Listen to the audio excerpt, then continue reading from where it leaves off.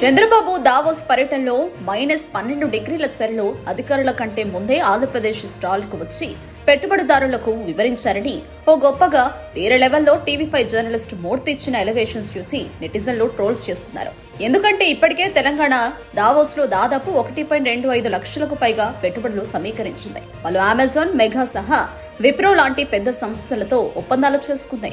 కానీ ఏపీకి అలాంటివేమీ రాలేదు. చంద్రబాబు, లోకేష్ వెళ్లినా కూడా రూపాయి విధించలేదు.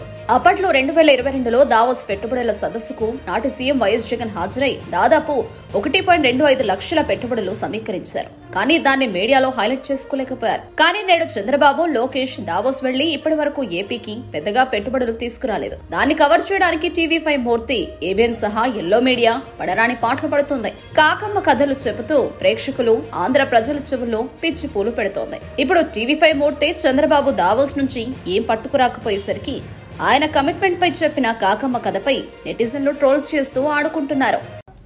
దావోస్లో ఇన్వెస్ట్మెంట్ సమ్మిట్కి వెళ్ళినప్పుడు ఒక హోటల్లో బస్ చేశారు. చంద్రబాబు గారి రూమ్లో, చీఫ్ సెక్యూరిటీ వాళ్ళు వేరే రూమ్లో, ఆఫీసర్స్ వేరే రూమ్లో, ఇలా ఉన్నారు అందరూ.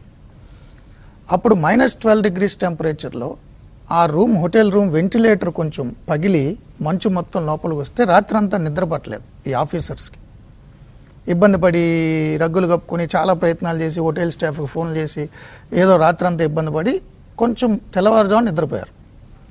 మగతగా నిద్ర పట్టింది. తెల్లారేసరికి లేట్ అయింది. వాళ్ళు లేచేసరికి లేచి చూడగానే చూస్తే వీఐపీ లేరు. సిఎస్ఓకి ఫోన్ చేస్తే వీఐపీ లేరు, వచ్చేసారు అన్నారు. వీళ్ళు కంగారు వచ్చి గబగబా రెడీ అయిపోయి అప్పుడే ఎందుకు వెళ్ళిపోయారు అని చెప్పి వెళ్ళేసరికి ఇంకా స్టాల్స్ అన్నీ ఓపెన్ కాలే. ఆంధ్రప్రదేశ్ స్టాల్ ఒకటే ఓపెన్ అయింది, మిగిలినవన్నీ అప్పుడప్పుడే వస్తున్నారు.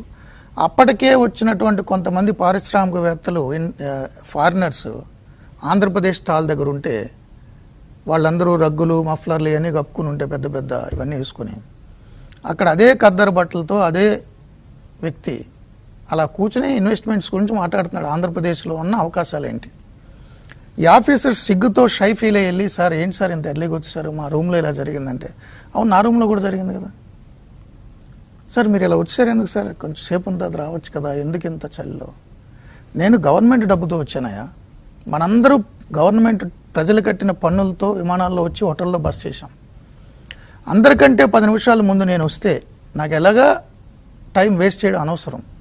అది హోటల్లో ఉండే బదులు ఇక్కడికే వచ్చాం అనుకో, ఇతర స్టాల్స్తో కంపీట్ చేస్తే మనం కొంచెం ముందు ఎక్కువసేపు మాట్లాడే అవకాశం వస్తుంది.